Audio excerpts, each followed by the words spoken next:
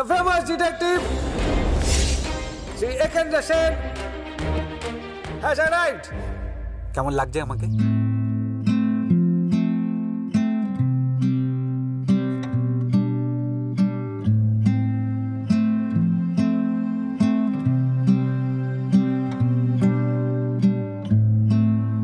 দার্জিলিংয়ের পাহাড়, রাজস্থানের মরুভূমি আর টুংলুংয়ের জঙ্গল পেরিয়ে এবার একেনবাবু পৌঁছে গিয়েছে পুরীতে নতুন রহস্যের সমাধানে।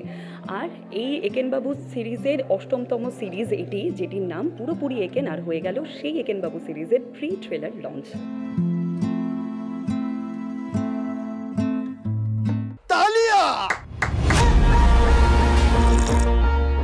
জলে নাহি নামিলে কেউ খায় না আচ্ছা, এটা শোনেননি? না, একদম শুনি, এরকম কিছু নেই, এটা আপনার বানানো। আমাদের তো শুটিং করতে গিয়ে কোনো ঘুরবার কোনো স্কোপ থাকে না, আর বিভৎস গরম ছিল তখন, মানে ঘেমে নিয়ে মানে আমি প্রত্যেকদিন চিন্তা হতো পরের দিনকে কী করে আউটডোর শ্যুট করবো। আর আমাদের তো লোকেশানও শিফট করতে হয়, মানে একই জায়গায় যে সারাদিন, হ্যাঁ, কোনো আর যেদিন গেছি খুব গরম, যেদিনকে বিচে শ্যুট করেছি খুব গরম।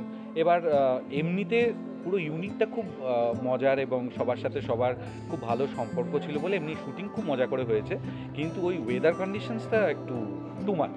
গল্পটা নিয়ে কিচ্ছু বলবো না, তার কারণ এটা রহস্য গল্প।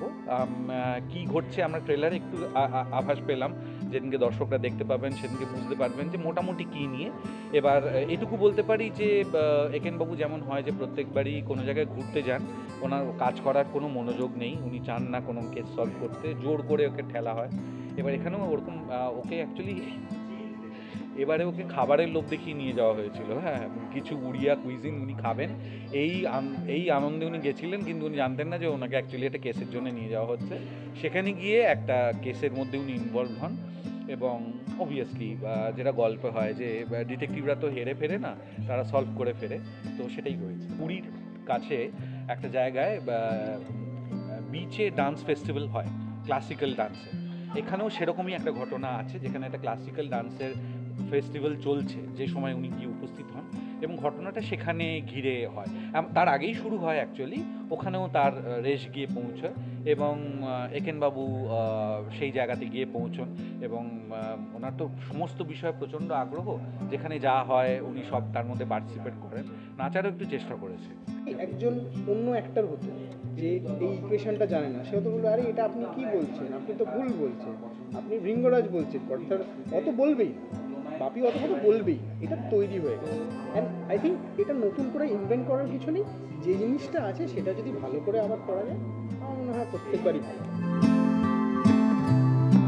আমার খুব ভালো লাগছে, এখন ফাইনালি রিলিজ হবে, আস্তে আস্তে শোটা স্ট্রিম করবে, সবাইকে আমি বলতে পারবো, এতদিন আমি বলতেও পারছিলাম না। খুব ভালো লাগছে, নাচটা আমার কাছে একটা উপরি পাওনা এই গল্পে। আমি সত্যি খুবই লাকি এই দিক থেকে বলতে পারো যে আমার প্রত্যেকটা অনেকগুলো কাজেই আমি নাচের একটা সুযোগ আমি পেয়েছি, তো সেটা খুব ভালো লাগে যে I can combine both my worlds. কথাকালির সাজটা বা নাচটা, যেহেতু আমি নাচটার সাথে একদমই ফ্যামিলিয়ার নই, আমার জন্য এটা ডেফিনেটলি চ্যালেঞ্জিং ছিল, আমি এবং পারমিতাদি আমাদের দুজনের জন্যই ইট ওয়াজ কোয়াইট আ টাস্ক। এবং আমরা রিহার্সালেরও তেমন, যেরকমভাবে শুটিং হয় রিহার্সালের অত সময়, আমাদের ব্যস্ততা, টাইমিংস ক্ল্যাশ করা। দিব্যেন্দু স্যার, যিনি আমাদের এখানে পারফর্মও করেছেন এবং উনি আমাদের শিখিয়েছেন, হি ইজ সো বিজি, তাও উনি অনেকটা টাইম বার করে আমাদের সাথে বসেছেন, রিহার্সাল করার চেষ্টা করেছেন, যতটা পারি আমরা পিক আপ করার চেষ্টা করেছি। এই বাকিটা দর্শকই বলতে পারবে আমি কতটা পাস করেছি কিনা। আমরা শুধু এনজয় করি, কারণ আমাদের প্রথম একটা দুটো মানে দার্জিলিং, তারপরের কাজটা, তখন একটা প্রেশার ছিল চরিত্রটাকে বোঝা, চরিত্রটাকে আন্দাজ করা, কারণ তার আগে একটা হিস্ট্রি আছে, কিছু লোক সেটা করতো, আমরা সেটাকে রিপ্লেস করে করছিলাম, তার একটা আলাদা প্রেশার ছিল। আমরা সেটা একটা ব্র্যাকেটে তৈরি করেছিলাম এবং পরবর্তী কাজ চলতে যখন আমরা যেটাও বললো যে মানে যেমন স্ট্যান্ড আপ কমেডিয়ান যখন স্ট্যান্ড আপটা করে 10 নম্বর শোয়ের পরে সে জানে যে কী হতে চলেছে, তার কাছে শুধুমাত্র এনজয় করা ছাড়া কিছুই নেই। তখন হয়তো যে 10টা শোতে যেটা হাসি পায়নি, এনজয় করার জন্য এমন একটা কিছু বেরিয়ে পড়লো এটা সেও এক্সপেক্ট করেনি। আর একেনবাবু তার এই রহস্যের সমাধান কিভাবে করছে তার পুরোটা জানা যাবে 23শে জানুয়ারি। ক্যামেরায় দেবপমের সাথে সিনজিনির রিপোর্ট, এস নিউজ।